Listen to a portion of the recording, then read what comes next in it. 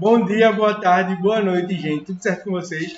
Eu espero do fundo do meu coração que todos vocês estejam bem. Como vocês sabem, meu nome é Celso Lucas e eu sou professor de vocês de ciências, certo? Agora, nessa parte da aula, a gente vai recapitular um pouco dos conceitos que a gente já trabalhou até aqui, certo? A gente viu que a matéria é tudo que ocupa lugar no espaço e tudo que está ao nosso redor, certo?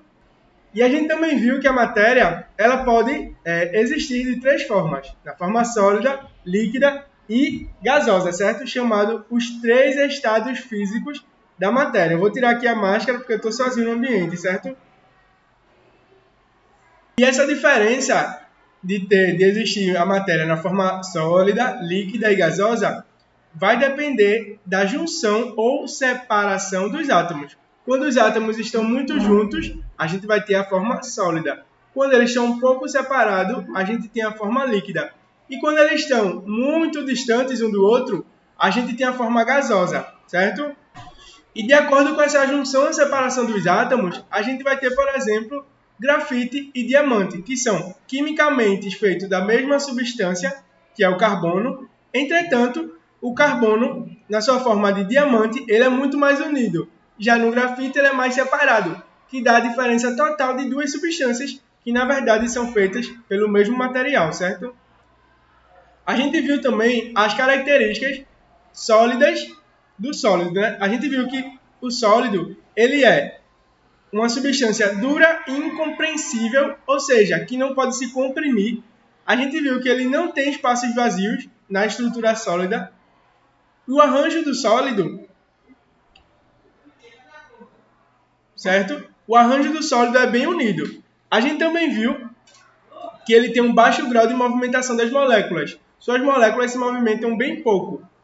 E ele tem uma baixa capacidade de se espalhar e de se difundir nos locais, certo?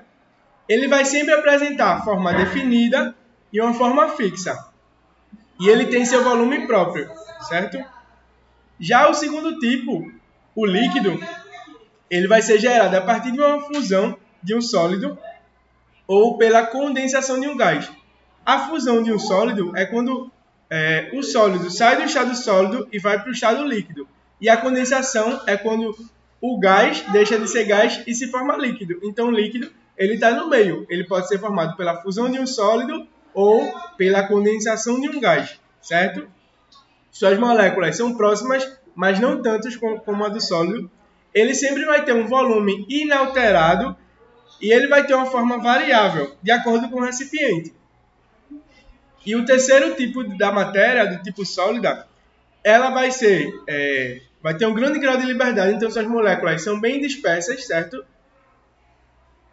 E as moléculas elas também vão apresentar uma grande movimentação. E as moléculas dos gases elas não vão interagir entre si. E elas podem sofrer compressão, ou seja, você pode apertar um gás, por exemplo, ou expansão, liberar o gás. E eles vão possuir tanto forma como volume variável. A gente viu também as mudanças do estado físico, né, e características de cada um. No sólido, líquido e gasoso. Do sólido para o líquido, a fusão. Do líquido para o sólido, solidificação. Do líquido para o gasoso, vaporização. Do gasoso para o líquido, condensação. Certo? E a gente viu as características de cada estado, mudança de estado físico da matéria desse, né? A gente viu que a solidificação é a passagem do estado líquido para o sólido. E que cada matéria, cada componente vai possuir um ponto específico de solidificação, certo? A gente também viu a fusão, que é a passagem do estado sólido para o líquido. E a gente viu que é preciso que o calor ele forneça energia térmica para poder ocorrer a fusão. A fusão, a passagem do estado sólido para o líquido, certo? E é chamado o ponto de fusão, que é onde esse ponto que os sólidos deixam de ser sólidos e passam a ser líquidos, certo? A gente também viu a vaporização, que é a passagem do estado líquido para o gasoso, e pode ocorrer de três formas: evaporação, ebulição e calefação. E a diferença das três é de acordo com o tempo. Quando o tempo é muito lento, para passar do estado líquido para o gasoso, a gente tem a evaporação, certo?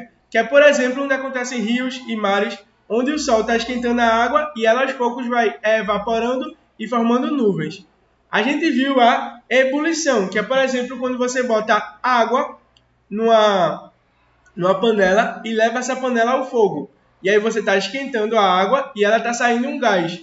A água na forma gasosa por cima, certo? Que é o tempo médio. E tem a calefação, que é quando você pega, por exemplo, uma frigideira muito quente. Não façam isso em casa, certo? Só estou citando um exemplo aqui. Uma frigideira muito quente e você liga a torneira embaixo, faz aquele barulho. Esse barulho é o fenômeno físico conhecido como calefação. A gente também viu a condensação, que é o processo de formação da chuva, por exemplo, que é quando o estado gasoso se torna líquido, e a sublimação ou ressublimação, que é a passagem direta do estado sólido para o gasoso, ou do gasoso para o sólido. Um exemplo que eu dei foi a naftalina, certo? Que é usada para afastar baratas, ratos, etc. das roupas, e ela passa diretamente do estado sólido para o estado gasoso. E a gente também viu um pouco sobre outras propriedades da matéria. A gente viu a massa, que é uma grandeza sempre estável. A gente viu o peso, que ele vai medir a força gravitacional sobre a massa. E a gente viu a densidade, que é a relação entre massa e volume. E na aula de hoje, a gente vai dar uma continuidade sobre a matéria e a energia e estudar os seus princípios e suas características, certo? Vamos lá? Então, gente, retornando aqui para a segunda parte da aula, hoje a gente vai estudar sobre matéria e energia, certo?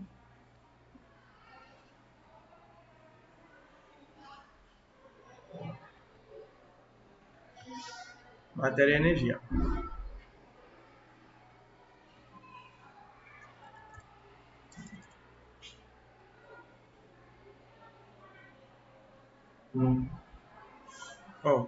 A gente hoje vai descobrir o que é matéria de uma forma mais detalhada e o que é energia, certo?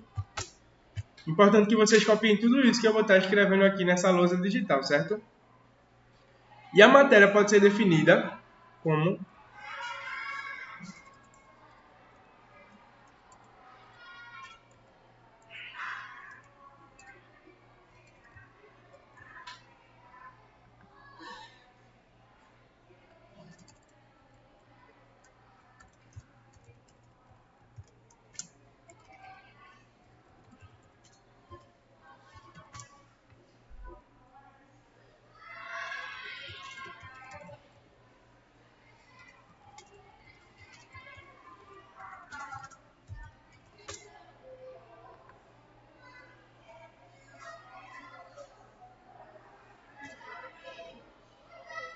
a matéria pode ser definida como qualquer coisa que existe na forma física e real, certo? Já a energia pode ser definido como o que não é matéria, certo?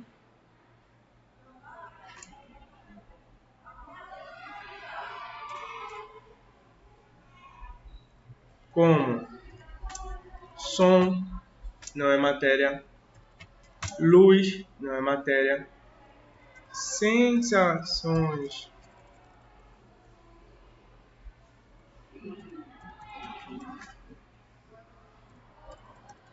térmicas não é matéria.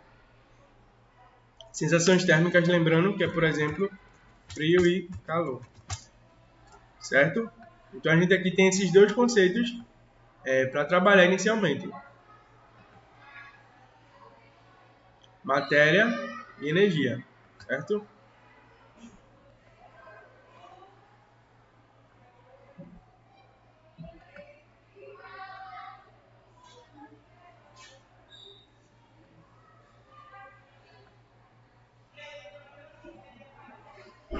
Certo? Então a gente vai ter inicialmente o que é matéria e o que é energia. Matéria, qualquer coisa que existe na forma física e real, e energia, o que não é matéria, e coisas mais relacionadas à sensação. Então a gente tem som, sensações térmicas, dentre outras coisas relacionadas à energia, que não são matéria, certo? E agora a gente vai se aprofundar um pouco sobre outro conceito que a gente viu na aula passada, que é sobre as grandezas físicas. Sobre as grandezas físicas. A gente tem dois tipos de grandezas físicas. As primitivas, certo? E as não primitivas. Ó, as primitivas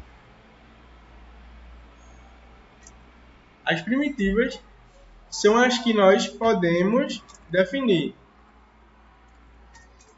Exemplos: massa, volume e velocidade, certo? Grandezas primitivas, aqui a gente pode definir, e as não primitivas, acho que a gente não pode. Mas o que será que elas são? Ó, as grandezas não primitivas são coisas que a gente não define com exatidão, como por exemplo o tempo, certo? A energia e etc. Coisas que a gente tem uma grande dificuldade de dizer exatamente o que é. E nessa mesma medida a gente tem dificuldade de definir, de conceituar, de dar um termo mais abrangente. Por exemplo, tentem pensar com exatidão o que seria o tempo, certo? Seria muito difícil você dar um conceito exato. Já massa, por exemplo, é a relação entre densidade e volume. Volume é o quanto o corpo ocupa no espaço e velocidade é o quanto o corpo está se acelerando numa distância, por exemplo, certo? Então a gente tem esses dois conceitos que a gente viu na aula até agora. O conceito entre matéria e energia, certo? E sobre as grandezas físicas.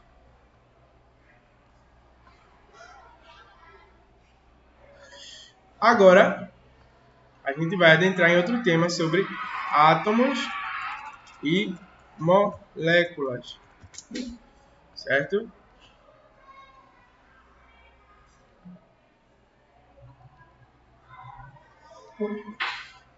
Átomos e moléculas. A gente vai ver o que é um átomo e o que é uma molécula.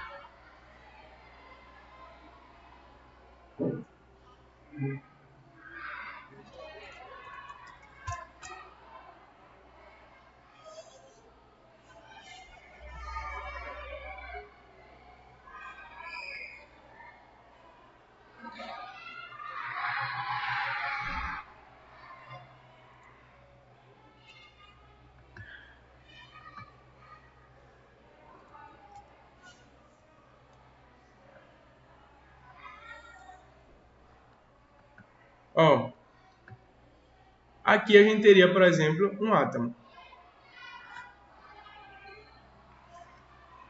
Como vocês estão vendo aqui na imagem,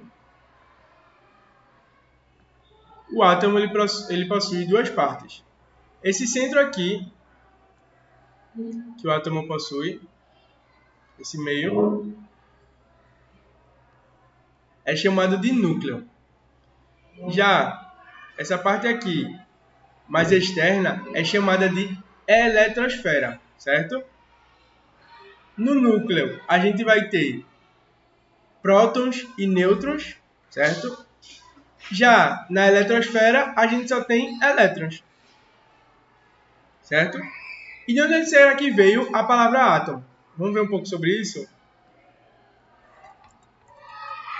Pensem aí que geralmente as palavras que são precedidas, que têm um radical A, geralmente o A significa a negação de algo, certo?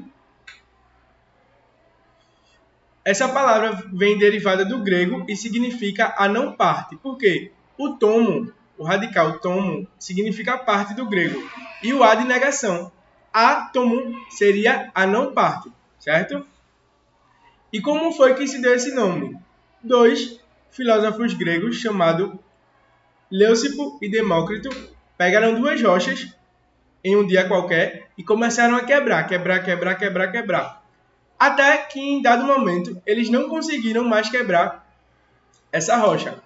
E eles deram o nome dessas partes que eles não conseguiam mais quebrar de átomo. E eles disseram que esses átomos são indestrutíveis. Hoje, a ciência consegue destruir um átomo. Mas para destruir um átomo, é gasto muito dinheiro e energia. Por quê? A destruição do átomo vai gerar o que a gente conhece como bomba atômica. A bomba atômica tem esse nome por ser a destruição do átomo. Por isso que o segundo nome dela é atômica. Certo? Então a gente pode conceituar o átomo como a não parte para os gregos, certo?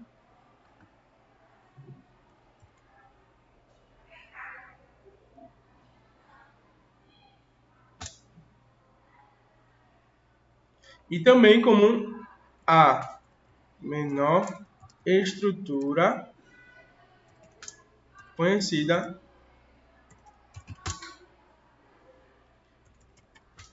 pelo homem moderno.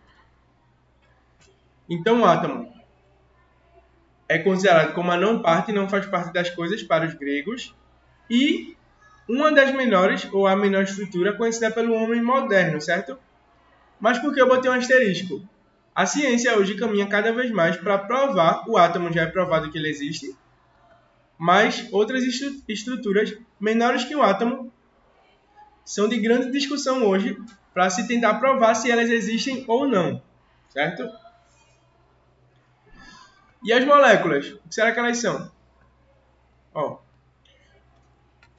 quando nós juntamos átomos, temos uma molécula, certo?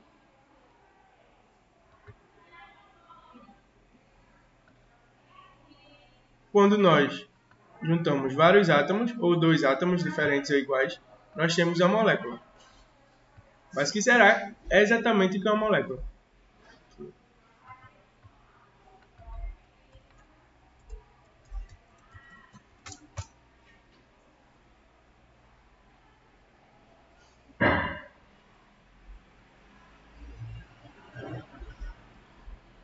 A água, por exemplo, H2O, é uma molécula. Por quê?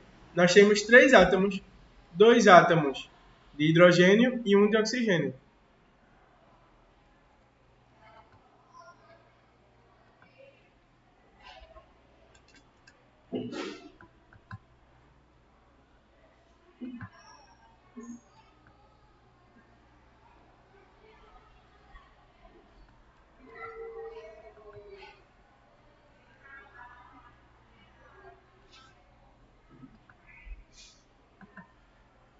Ó,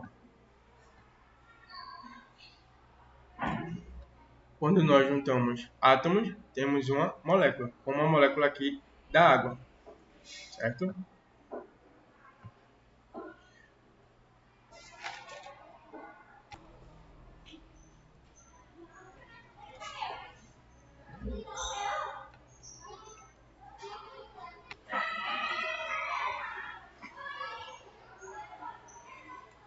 Então, o objeto vai ser o corpo sendo utilizado como utensílio, certo? Então, o conceito de corpo e de objeto estão diretamente ligados,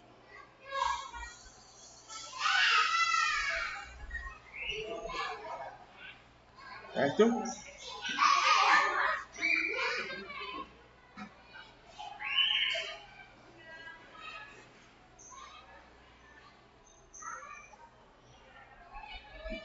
Agora nós vamos estudar sobre um sistema, entender o que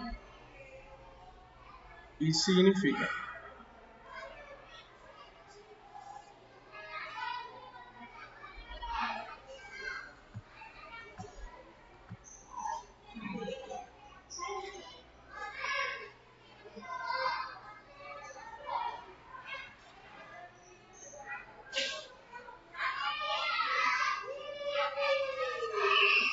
O sistema é definido como qualquer porção limitada da matéria, certo? E ele pode ser classificado.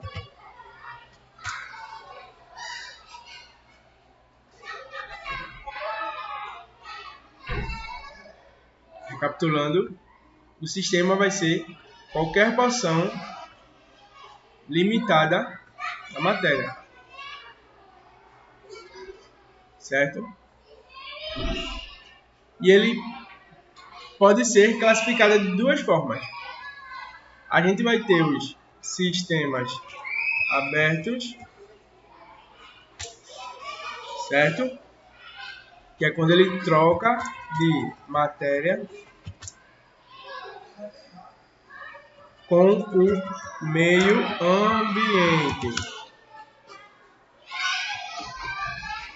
E vamos ter também o sistema fechado,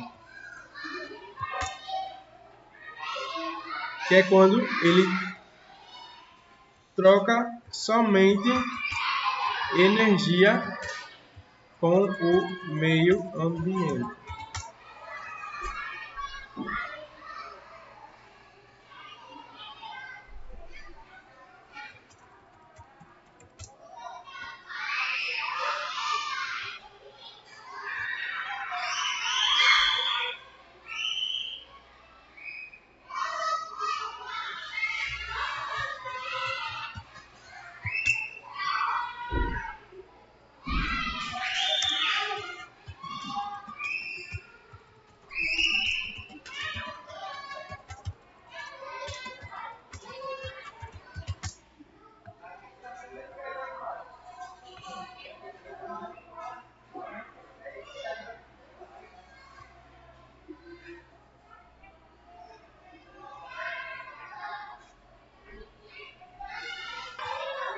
Então a gente tem aqui, um sistema que vai ser qualquer porção limitada da matéria, que pode ser classificada de três formas. Os sistemas abertos, que vai ser quando um sistema vai trocar tanto de matéria quanto de energia com o meio ambiente.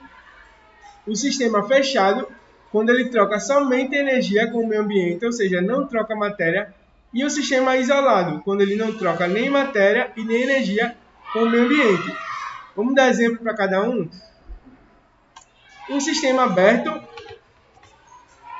por exemplo,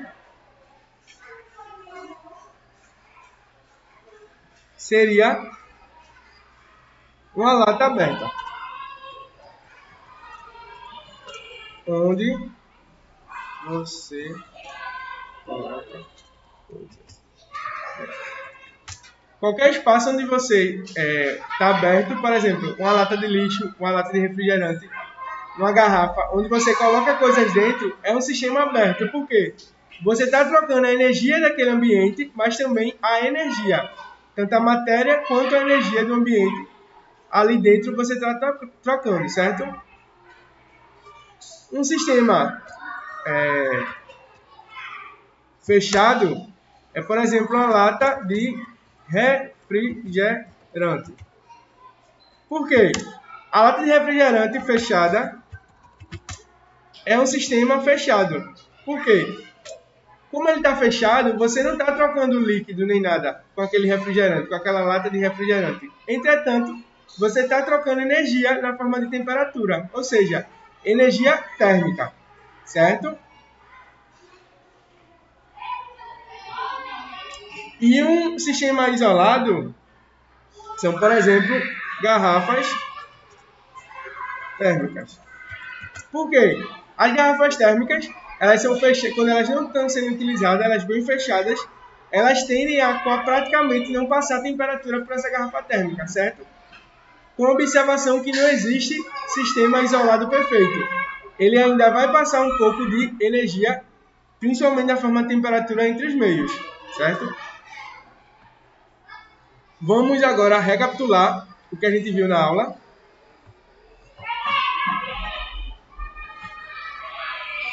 Ó, a gente estudou sobre matéria e energia, a gente viu que matéria é qualquer coisa que existe na forma física e real, e energia é o que não é matéria, certo? E a energia, como eu coloquei aqui, é uma grandeza física não primitiva, ou seja, que a gente não consegue definir. E a gente viu grandezas físicas que dividimos em dois, as primitivas e as não primitivas, sendo que as primitivas a gente pode definir como massa, volume e velocidade, e as não primitivas quando a gente não pode definir como tempo e energia. A gente viu a diferença entre moléculas e átomos, sendo que átomos são constituídos por duas partes, o núcleo e a eletrosfera, onde o núcleo tem prótons e nêutrons, e na eletrosfera eu tenho elétrons. A junção de vários átomos forma uma molécula, como a molécula da água, que é H2O. Eu tenho 2 átomos de hidrogênio e 1 átomo de oxigênio. A gente também viu um pouco como se pode medir a matéria, certo? Através da massa e do peso. A gente também viu o conceito de corpo, que é uma porção limitada de matéria, e objetos são os corpos sendo utilizados como utensílios por nós, ou por outros animais também, certo? E a gente viu o sistema, que é qualquer porção de matéria pode ser considerado sistema e também pode ser classificado de 3 formas. Um sistema aberto, que vai trocar tanto de matéria quanto de energia, um sistema fechado, que troca só de energia, e um sistema isolado, certo? Que não troca nem matéria e nem energia. Obrigado pela aula e por hoje é isso, gente. Até a próxima.